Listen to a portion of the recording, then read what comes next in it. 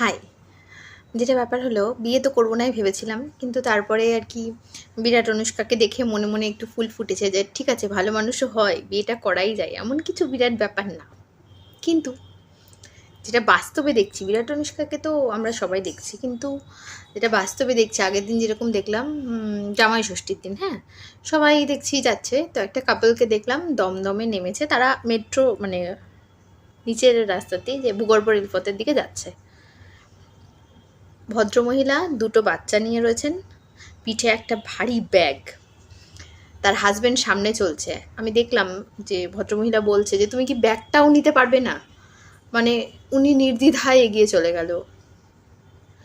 বিশ্বাস করুন, এটা দেখার পর এনার্জি চলে যায় মানুষের। মানে এই যে আপনাদের এই যে কন্ডিশনটা দেখলাম, আপনি ব্যাগটা নিলেন না, আপনার ওয়াইফ দুটো বাচ্চা পিঠে একটা ভারী ব্যাগ নিয়ে যাচ্ছে পেছন পেছন জামাই ষষ্ঠী করতে, মানে সত্যি কি করে পারেন? এই যে আপনাদেরকে দেখে আমার যে এখন বিয়ে করার এনার্জিটা চলে গেল, এখন আমার কি হবে? কেন করেন? আপনি রেসপন্সিবিলিটি নেবেন না তো বিয়ে করার কি দরকার ভাই? আমি সবে বিরাট অনুষ্কাদের দেখে একটুখানি, ওদেরকে দেখে আমি মনে একটু জোর পেয়েছিলাম যে না, ভালো মানুষ আছে, বিয়েটা করাই যায়, এমন কিছু বিরাট ব্যাপার না। দিলেন, পুরো জল ঢেলে দিলেন। কি করবো এবার আমি?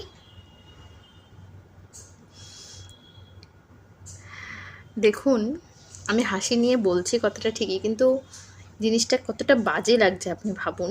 উনি মানে ব্যাগটা, এবং এমন না যে উনি অসুস্থ, একটা মানুষকে তো অসুস্থ হলেও তো সেটাকে দেখে বোঝা যায়।